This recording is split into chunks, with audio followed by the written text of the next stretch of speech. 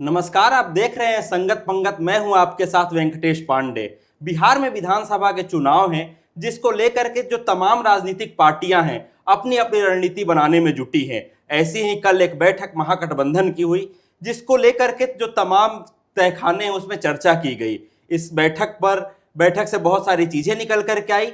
साथ ही पीएम मोदी की रैली भी हुई और चिराग पासवान ने एक स्टेटमेंट भी दिया। इन तमाम मुद्दों पर बात करने के लिए हमारे साथ खास पैनल है। हमारे साथ हैं समरीन, आपका बहुत स्वागत है, और वरिष्ठ पत्रकार रवि उपाध्याय जी, आपका बहुत स्वागत है। आपने बीते दिन जो महागठबंधन की रैली है उसको कवर किया, वहां से क्या चीजें निकल करके आई? महागठबंधन की बैठक हमने कवर की थी और कई सारी चीजें वेंकटेश निकल के आए। देखिए, शुरू से शुरू करेंगे। सबसे पहले सबकी निगाहें इस बैठक पर टिकी हुई थी।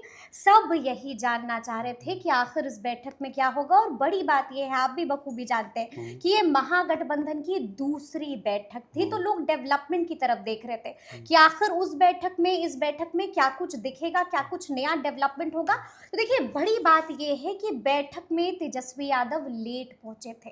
तकरीबन 1.5 घंटे लेट पहुंचे थे नेता प्रतिपक्ष तेजस्वी यादव, जिसके बाद ऐसा लगने लगा कि भाई तमाम नेता उनका इंतजार कर रहे हैं, कहीं कुछ ऐसा हो ना जाए। मतलब तमाम तरह के कयास लगाए जाने लगे थे। लेकिन बड़ी बात ये भी यहाँ पर समझने की जरूरत है कि तेजस्वी यादव राजद कार्यालय में थे उस दौरान, और वहां पर वो संबोधित कर रहे थे लोगों को, और बहुत सारी चीजों का उन्होंने वहां पर भी जिक्र किया था। देखिए, आपको ये भी मालूम है कि प्रधानमंत्री नरेंद्र मोदी भी बिहार पहुंचे हुए थे, और पीएम मोदी ने क्या कुछ कहा है मधुबनी में पहुंच करके, वो भी आपने देखा है। तो चुन चुन कर एक एक बात का जवाब दिया था राजद कार्यालय में तेजस्वी यादव ने, और वो भी खबर हमने प्रमुखता के साथ लाइव सिटीज पर दिखाई थी। तो देखिए, अब आप बात कर रहे हैं महागठबंधन की दूसरी बैठक की, जिसमें लेट पहुंचे थे तेजस्वी यादव। तो देखिए, जब तेजस्वी यादव वहां पर पहुंचते हैं तो तकरीबन 1 घंटा 15 मिनट ये बैठक चलती है। और बैठक जब चल रही थी तो आपको सिटिंग अरेंजमेंट पर भी ध्यान देना होगा। देखिए, यहाँ पर भी बीच में नेता प्रतिपक्ष तेजस्वी यादव बैठे हुए थे, लेकिन डिफरेंस था। तेजस्वी यादव के एक साइड पर मुकेश सहनी तो आपको दिख रहे होंगे, लेकिन दूसरी तरफ कृष्णा अल्लावारू नहीं थे, बल्कि उनकी जगह पर थे राजेश राम जी। तो यहाँ पर एक बदलाव दिखा इस वाली बैठक में, और उसके बाद जो है बैठक चलती है। और देखिए, बैठक चलती है और बैठक जब संपन्न होती है तकरीबन 1 घंटे 15 मिनट ये बैठक चली, और उसके बाद प्रेस कॉन्फ्रेंस भी होता है, और उस प्रेस कॉन्फ्रेंस में हम तमाम लोग मौजूद थे। तो देखिए, तेजस्वी यादव का उस पीसी में अलग अंदाज दिखा।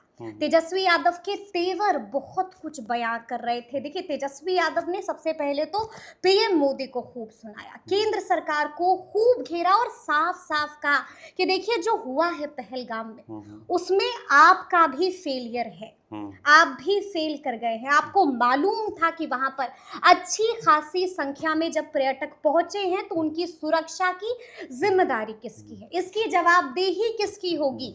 बड़ा कटाक्ष वहीं से ही पीएम मोदी पर कर दिया था। और देखिए, सिर्फ इतना ही नहीं, ये भी कहा कि इंटेल की कमी है, एजेंसियां क्या कर रही हैं, क्यों नहीं एजेंसियों को पता चला कि कुछ ऐसा होने वाला है, कुछ ऐसा घटने वाला है। और देखिए, बड़ी बात यह है कि वहां पर जो शहीद हुए हैं विनय नारवाल जी, उनकी बहन को भी उन्होंने कोट किया, और साफ साफ कहा कि उनकी बहन ने ये साफ साफ कहा कि मेरा भाई 1.5 घंटे तक तड़पता रहा, लेकिन कहीं से कोई मदद नहीं मिली। यानी कि वो बच सकता था, लेकिन उसकी मदद के लिए कोई भी आगे नहीं आया।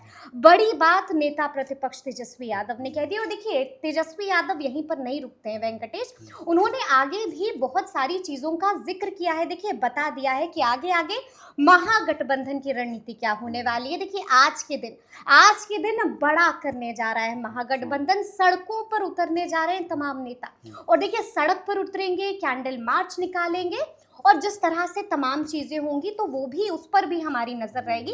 लेकिन ये तो आज की बात हो गई कि आज किस तरह से महागठबंधन के तमाम नेता सड़क पर उतरेंगे। लेकिन 4 तारीख बड़ा दिन होने जा रहा है, क्योंकि 4 तारीख को महागठबंधन की तीसरी बैठक होगी वेंकटेश, जिस पर एक बार फिर से सबकी निगाहें होंगी। सब यही जानना चाह रहे होंगे कि आखिर अब क्या कुछ होता है। और बड़ी बात यह है, तीसरी बैठक में बड़ी बात यह है कि यहाँ पर तेजस्वी यादव ने साफ साफ कह दिया कि कौन कौन पहुंच रहा है। देखिए, तमाम जिला अध्यक्ष पहुंचेंगे, तमाम विधायक पहुंचेंगे, तमाम सांसद पहुंचेंगे, यानी कि बड़ी बैठक है। और देखिए, लाइव सिटीज ने एक्सक्लूसिव बातचीत राजेश राम जी से भी की थी, और उन्होंने बता दिया कि इस बैठक में क्या कुछ अहम होगा। बता दिया है कि इस बैठक में हम सुनेंगे हम सुनेंगे हमारे जिला अध्यक्षों को और हम सुनेंगे कि धरातल पर क्या कुछ परेशानियां आ रही हैं, फीडबैक लिया जाएगा और उसके बाद रणनीतियां तय होंगी। और देखिए, जब तेजस्वी यादव से मीडिया वालों ने सवाल पूछा था कि सीटों को लेकर कोई चर्चा हुई है, तो उन्होंने साफ साफ कह दिया कि भाई समझदार तो सब समझ रहे हैं। हाँ, सीएम को लेकर के जब बिल्कुल, पूछा गया बिल्कुल। और उस पर राजेश राम की जो हल्की सी मुस्कुराहट थी, हाँ। वो ऐसा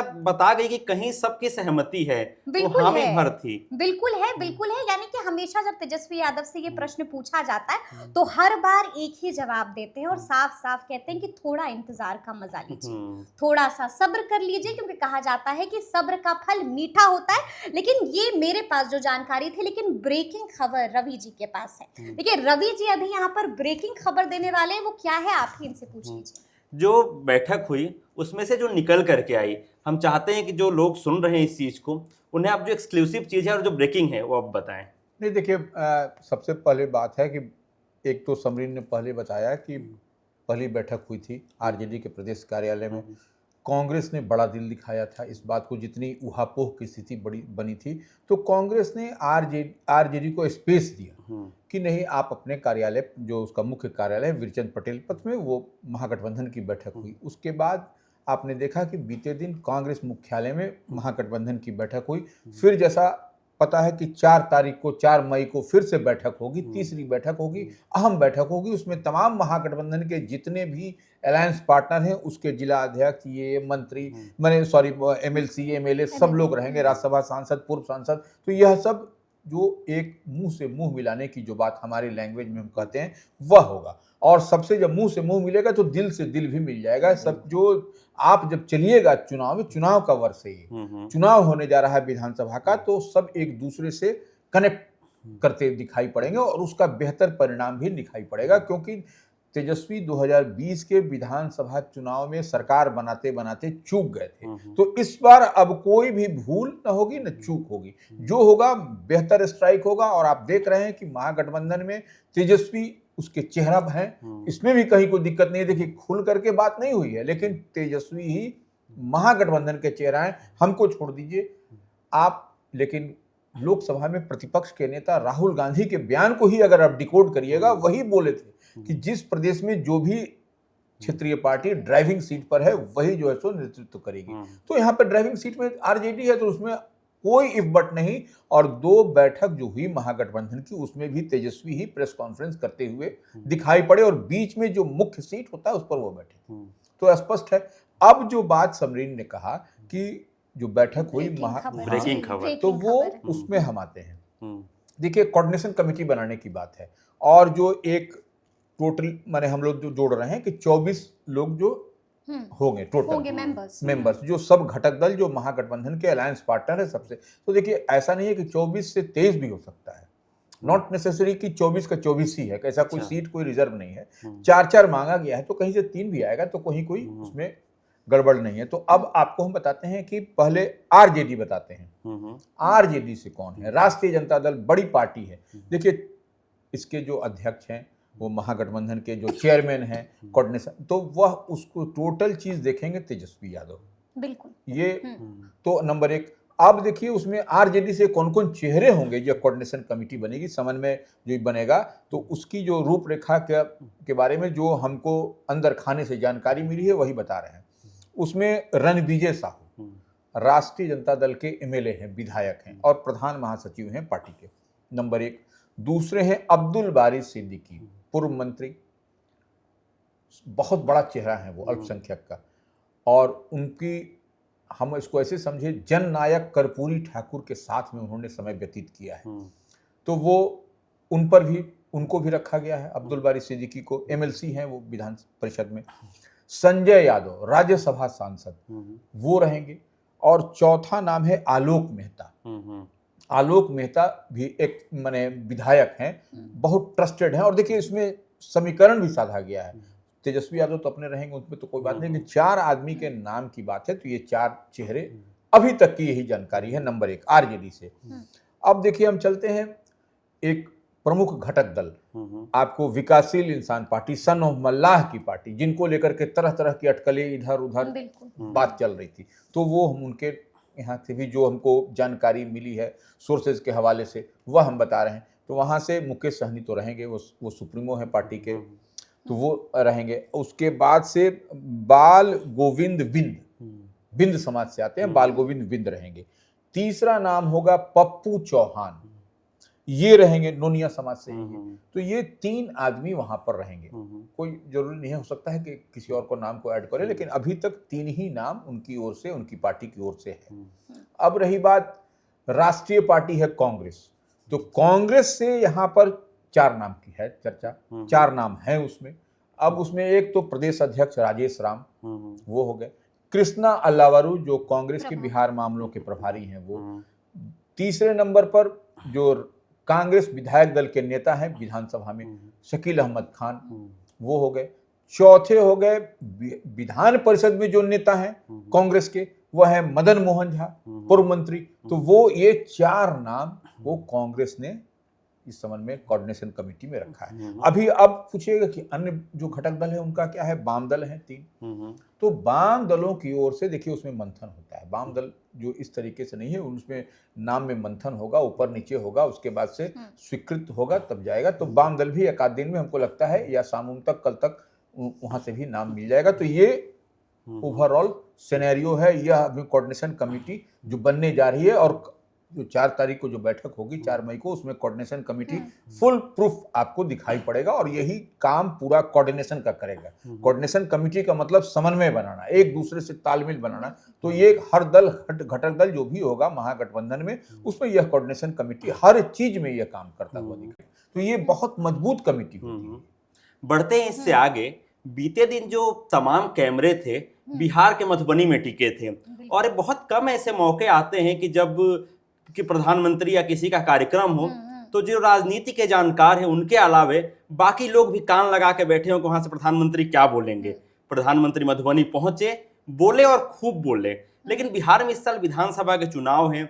जेडीयू जिस तरह से तैयारी की थी, ललन सिंह, संजय झा, तमाम नेता थे, तो जो प्रधानमंत्री ने वहां से संदेश दिया और जो बिहार की राजनीतिक जमीन है उस पर आप उसको किस तरह से देखती हैं? देखिए, बड़ी बात आपने कह दी है कि तमाम लोग कान और आंख गड़ाए बैठे थे कि आज मधुबनी में पीएम मोदी क्या कुछ कहेंगे। और देखिए, आपको पता है कि हम लोग की भी निगाहें उसी तरफ थी। हम भी जानना चाह रहे थे कि आखिर पीएम मोदी कहेंगे क्या। बिल्कुल, इसीलिए मैंने कहा कि तमाम कैमरे टिके थे बिल्कुल, क्योंकि हम और आप यही कर रहे थे। तो वेंकटेश, सबसे पहले तो हम आपको ये बता दें कि 60 दिनों के अंदर दूसरी बार पीएम मोदी बिहार पहुंचे, मधुबनी पहुंचे। और देखिए, मधुबनी जब पहुंचे प्रधानमंत्री मोदी, तो प्रधानमंत्री मोदी का अलग अंदाज दिखाई दिया। पहले तो ये कयास लगाए जा रहे थे कि पीएम मोदी रद्द कर सकते हैं बिहार के दौरे को। देखिए, सुबह में, फिर रात में, आधी रात में हमें पता चला जब दिलीप जायसवाल का बयान आता है कि दौरा जो है वो रद्द नहीं हो रहा है, यानी कि पीएम मोदी बिहार पहुंच रहे हैं। और उसके बाद हमने देखा कि पीएम मोदी बिहार पहुंचे। मंच पर कौन कौन था वो तस्वीरें भी हमने देखी हैं। और जैसा कि मैंने आपको बताया कि पीएम मोदी गरज रहे थे और गरजते हुए उन्होंने कई बातों का जिक्र किया है। सबसे पहले शुरुआत हुई पहलगाम में जो कुछ हुआ, और उन्होंने साफ साफ कह दिया कि किसी को भी बख्शा नहीं जाएगा। उनके कल्पना साथ से भी कड़ी सजा दी जाएगी। बिल्कुल, उनके साथ वो सुलूक होगा जो आपने सोचा भी नहीं होगा। साफ साफ कह दिया कि हम इनको मिट्टी में मिला देंगे, दूर तक खदेड़ेंगे, यानी कि अलग अंदाज, अलग गुस्सा नजर आया। और यही गुस्सा तमाम नागरिकों में भी दिख रहा है। यानी कि जो कुछ हुआ है उस दर्द को हम और आप भी अभी तक भुला नहीं पाए हैं। जो कुछ भी हुआ है, तो वो तकलीफ जो है वो पीएम मोदी के भी भाषण में हमें नजर आई। यानी कि तकलीफ दिख रही थी, दुख दिख रहा था। लेकिन बड़ी बात यह है कि देखिए, जब चर्चा शुरू हुई, जब उन्होंने भाषण शुरू किया, तो शुरू किया पहलगाम से, लेकिन उसके बाद बिहार का तस्करा भी हुआ, बिहार का जिक्र भी हुआ।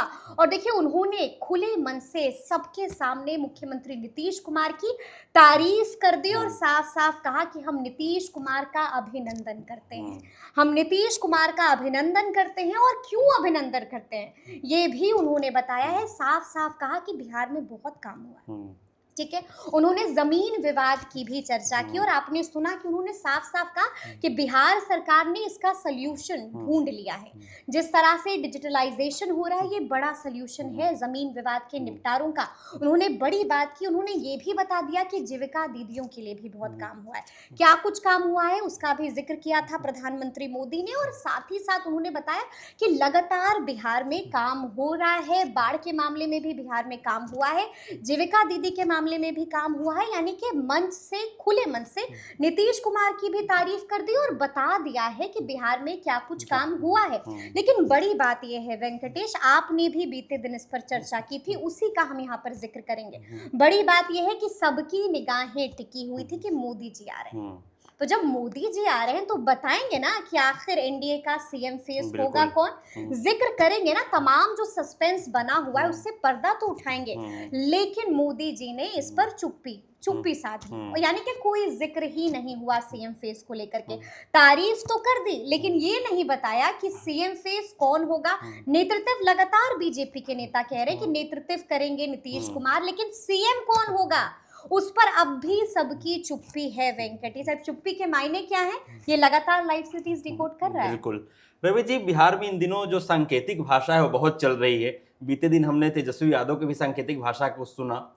तो क्या जो प्रधानमंत्री ने कहा कि मित्र हैं, तो ये इशारों में बात कह दी गई है कि मेरे मित्र हैं तो सीएम ही होंगे, इसको किस तरह से समझा जाए? देखिए, प्रधानमंत्री से पहले भी आए थे तो उस समय भी क्या बोले थे, लाडले बोले थे। बिल्कुल, लाडले मुख्यमंत्री। भागलपुर में तो वह उस समय भी अब लगता था कि बहुत भाई है उन, तो लाडला बोल दिया, अब तो होंगे नहीं, वही जाएंगे। लेकिन यही एक्सपेक्टेशन था हम लोगों का कि इस बार जो मधुबनी की सभा होगी उसमें अनाउंसमेंट हो जाएगा, क्योंकि अब देखिए गिने चुने महीने रह गए चुनाव को लेकर के, और जितनी आपके सामने मजबूत तैयारी महागठबंधन की ओर से होता हुआ दिख रहा है। पहले तो बहुत है तो मच रहा था कि एनडीए इतना तैयारी कर रहा है महागठबंधन, लेकिन महागठबंधन ने इतना स्पीडअप अपने आप को किया है और जो तैयारी करती हुई दिखाई पड़ रही है, तो निश्चित रूप से महागठबंधन अभी चेहरा भी उनका तय हो गया है। वो डिक्लेयर ही एक तरह से समझिए उसको कि तेजस्वी ही संभालेंगे, उसमें कहीं कोई बट नहीं है। लेकिन इधर से तो कुछ है नहीं, इधर से तो उहापोह की स्थिति है, असमंजस की स्थिति है। और तेजस्वी यादव ने बजाबते आज पूछा भी गया तो उन्होंने कह दिया कि जब उनसे पूछा गया कि महागठबंधन से कौन से, उन्होंने कह दिया होशियार जो है समझने वाले समझ रहे हैं, नंबर एक बात। और वही जब तक तेजस्वी ने बड़ा चुटकी लिया है कि जब तक चुनाव है नीतीश कुमार ही मुख्यमंत्री हैं, लेकिन उसके बाद क्या होगा यह देखने और समझने वाली बात है। तो यह एक बड़ी बात है। और एक बात और कह दिया उन्होंने कि जेडीयू है कहाँ, वो तो बीजेपी हो गई है। तो जो रवैया देख रहे हैं तेजस्वी यादव, आप स्पेस दे रहे हैं तेजस्वी को बोलने का। अगर यदि एनडीए ब्लॉक उतनी ही चतुराई के साथ अगर यदि अपना ये करता, तो ये तेजस्वी यादव को बोलने के और तंज कसने की नहीं है कि जेडीयू समाप्त हो गया, जेडीयू अब रही कहाँ, भारतीय जनता पार्टी। तो ये आप स्पेस दीजिएगा अपोजिशन को, तो निश्चित रूप से अपोजिशन आपको बोलता हुआ दिखाई पड़ेगा। तो ऐसी परिस्थिति में निश्चित रूप से अभी तेजस्वी की स्थिति बेहतर दिखाई पड़ रही है। उस लिहाज से कंपैरेटिवली अगर यदि आप देखिएगा भारतीय जनता पार्टी और एनडीए की तुलना में, तो वह बेहतर दिखाई पड़ रही है। चुनाव से पहले जो तमाम राजनीतिक नेता हैं वो अपने अपने तुरुप का पत्ता निकाल रहे हैं। ऐसी एक एनडीए के भी नेता हैं, वो 2020 के चुनाव में भी काफी चर्चा में थे, इस बार भी सुर्खियों में हैं। खास करके एक इंटरव्यू के बाद मैं जिक्र चिराग पासवान का कर रहा हूँ। चिराग पासवान ने फिर बयान दिया है और फिर जो तमाम राजनीतिक पंडित हैं उनको सोचने पर मजबूर कर दिया है। लेकिन आखिर चिराग पासवान चाहते कि, आपने तो बहुत करीब से उनको कवर किया है। बिल्कुल वेंकटेश, मैंने कवर किया है और बीते दिन चिराग पासवान उन तमाम कयासों के बाद बिहार पहुंचे हुए थे, तो सबकी निगाहें चिराग पर भी टिकी हुई थी कि आखिर जब सामने चिराग है तो मीडिया वाले सवाल तो पूछेंगे। और देखिए, इन तमाम कयासों को दम तब मिला, पहले तो वो इंटरव्यू जिसका जिक्र आपने किया, और उसके बाद ट्वीट जो एलजेपीआर ने किया था, साफ साफ कहा था कि चिराग के स्वागत के लिए तैयार है बिहार। अब इसके मायने क्या है वो आप समझ सकते हैं। जिसके बाद अरुण भारती का भी बड़ा बयान आया था। सबने पूछा कि इसके मायने क्या हैं, तो अरुण भारती ने साफ साफ कहा कि देखिए, बिहार बुला रहा है चिराग पासवान को, जनता चाहती है कि बिहार आए चिराग पासवान, और चिराग पासवान का दिल अब बाहर नहीं लग रहा है, यानी कि चिराग भी लौटना चाह रहे हैं बिहार। और जब देखिए उनसे पूछा गया कि क्या विधानसभा चुनाव लड़ सकते हैं चिराग पासवान, तो उन्होंने साफ साफ कहा कि अगर जनता चाहेगी तो चिराग पासवान विधानसभा चुनाव लड़ सकते हैं। तो जब देखिए बीते दिन चिराग पासवान आए थे तो यही सवाल दोबारा से चिराग पासवान से पूछा गया, तो चिराग पासवान ने इनकार कतई नहीं किया वेंकटेश, बड़ी बात ये है। उन्होंने इकरार भी नहीं किया लेकिन इनकार भी नहीं किया और साफ साफ कह दिया देखिए बिहार को हम छोड़ नहीं सकते हैं। मेरी राजनीति की शुरुआत बिहार से हुई है, मैं पैदा बिहार में हुआ हूँ, मैंने काम महाराष्ट्र में किया है, लेकिन बिहारियों के साथ क्या कुछ होता है वो मैंने करीब से देखा है और मैं बिहार के लिए अगर मुझे अवसर मिलता है, मौका मिलता है तो क्यों नहीं कुछ करना चाहूँगा। तो देखिए तब उनसे पूछा गया तो चुनाव लड़िएगा ना, तो उन्होंने कि बिहार बुला रहा है, जनता जो तय करेगी वही होगा, फिर चाहे वो 25 में हो फिर चाहे वो 30 में हो, लेकिन वही होगा जो जनता चाहेगी और बिहार के लिए बहुत कुछ करने की आवश्यकता है। उन्होंने ये भी कहा और उन्होंने ये भी कहा कि पलायन एक बड़ा मुद्दा है, एक बड़ा मुद्दा है और अगर कभी मुझे मौका मिलता है तो रिवर्स माइग्रेशन भी मैं कराऊंगा। यानी कि बड़े बड़े इशारे बीते दिन बिहार पहुंच करके दे दिए थे चिराग पासवान ने। चिराग पासवान जिस तरह से इकरार और इनकार के बीच में खेल रहे हैं, आप उस चिराग पासवान को कहाँ देख रहे हैं बिहार की पॉलिटिक्स में आने वाले समय में? देखिए निश्चित रूप से जो अरुण भारती उनके बहनोई तो लगते हैं, लेकिन जमुई से सांसद भी हैं, तो जितनी बात कही जा रही थी, जितनी कयास बाजार में चिराग पासवान को लेकर के चल रही थी कि अब ये होगा, अब जो है सो चुनाव लड़ेंगे, अब परेशानी बढ़ा देंगे एनडीए का, तो उस पर एक विराम लग गया। नंबर एक बात, क्योंकि चिराग पासवान अपने राम के कार्यक्रम में थे, वो हनुमान है तो हनुमान जी गए हुए थे राम जी के कार्यक्रम में, यहाँ तो विराम लगा, वहां से वो आए, फिर अपना वो का जो कार्यक्रम अपना पार्टी का इधर उधर अपना सब किए। लेकिन एक बात समझ लीजिए, चिराग पासवान इस बार की तैयारी में नहीं। हाँ ठीक है, महत्वाकांक्षाएं तो सबकी जगती हैं, सबको होना, अब महत्वाकांक्षी होना भी चाहिए, नहीं अगर महत्वाकांक्षी होगा वो आदमी तो खत्म हो गया फिर। बिल्कुल। तो चिराग पासवान में महत्वाकांक्षा है, वो कुछ करना चाहते हैं बिहार के लिए, तभी उन्होंने नारा भी दिया था बिहार फर्स्ट, बिहारी फर्स्ट। तो वो नारा उसको अब जब जोड़िएगा देखिएगा तो निश्चित रूप से महाराष्ट्र में काम किए, दिल्ली में रहे, पले बढ़े, तो वह, लेकिन उनकी वेदना है बिहारियों की, जो दुर्दशा जो दशा वो देख चुके हैं, वो कोरोना काल में या उससे पहले तो वह उनको कैसे भूल जाएंगे वो। और वो नहीं तो उनको सुख आराम, जो सोना का चम्मच लेके बोलता है, वो सब कुछ था उनके पास, वो छोड़ के क्यों आते? दर दर पगडंडी 2020 में आपने देखा भी कैसे वो एक एक गांव का दौरा किए, कैसे स्ट्रेंथन किया अपनी पार्टी को उस विकट परिस्थिति में जब उनके पिताश्री नहीं थे, पार्टी को एक जगह दिलाया, सब कुछ दिलाया, जबकि उनको घर से बेघर कर दिया गया, परिवार को तोड़ दिया गया। अब ऐसी परिस्थिति में चिराग पासवान मजबूती के साथ उभर करके आए हैं और आज वो किसी भी पार्टी से दो हाथ करने के लिए हैं, उनके पास ऐसे मजबूत कद्दावर पहलवान हैं उनके पास। तो अब चिराग पासवान निश्चित रूप से चाहते हैं कि बिहार को बदलना, बिहार में काम करना, और उनको अवसर मिलेगा तो काम करेंगे, लेकिन इस बार जो जितनी कयासबाजी थी वो नहीं होगा। भाई तो जो नेता पुत्र है, ब्लड उनका डीएनए है रामविलास पासवान का, उस बात को छोड़ दीजिए कि रामविलास पासवान कहते थे कि हम मंत्रालय में बैठते हैं तो पूरा देश देखते हैं, वह देश देखते हैं, लेकिन यह बिहार देखने के लिए चिराग पासवान है, वो बिहार को चाहते हैं नया बिहार बनाना, इस विजन से वह काम करते हुए दिखाई पड़े हैं। तो अभी ऐसी कोई हड़बड़ाहट नहीं है, अभी युवा भी हैं, अभी उनकी उम्र क्या है, अभी तो वो 40-50 साल अभी खेवेंगे, तो ये इस लिहाज से वो तैयारी है उनकी, और वो आगे आने वाले समय में आप देखिएगा कि चिराग पासवान कुछ न कुछ बिहार के लिए वो करते हुए दिखाई पड़ेंगे। आप दोनों लोग इस चर्चा में शामिल हुए, आप लोगों का शुक्रिया। बिहार में इन दिनों केवल इशारों की बात चल रही है। बहुत पहले देश के मशहूर शायर शकील बदायूनी ने लिखा था कि इशारों को अगर समझ लो तो राज को राज रहने दो, लेकिन हमारा काम तो राज पर से पर्दा हटाना है। ऐसे ही तमाम राजनीतिक चर्चाओं और खबरों के लिए देखते रहिए लाइव सिटीज। शुक्रिया।